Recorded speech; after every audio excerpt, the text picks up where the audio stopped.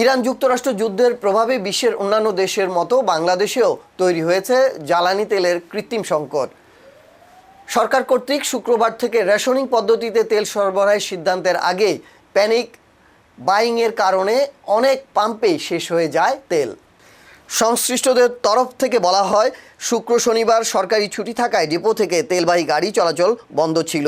এরপর থেকেই তেলের সরবরাহ স্বাভাবিক হবে। কিন্তু শনিবার থেকে সোমবার 9 মার্চ পর্যন্ত রাজধানীর অনেক পাম্পেই তেল সরবরাহ স্বাভাবিক হয়নি। কোনো পাম্পে তেলও নেই। পাম্প কর্তৃপক্ষ বলছে, চাহিদার তুলনায় তেল এসেছে অতি অল্প, যা দ্রুতই শেষ হয়ে যাচ্ছে। যে কটা পাম্প তেল দিচ্ছে তার অধিকাংশই রেশনিং পদ্ধতিতে সরবরাহ করছে তেল। আর সে কারণে পাম্পগুলোর সামনে প্রাইভেট গাড়ি ও মোটর বাইকের লম্বা লাইন দেখা যাচ্ছে।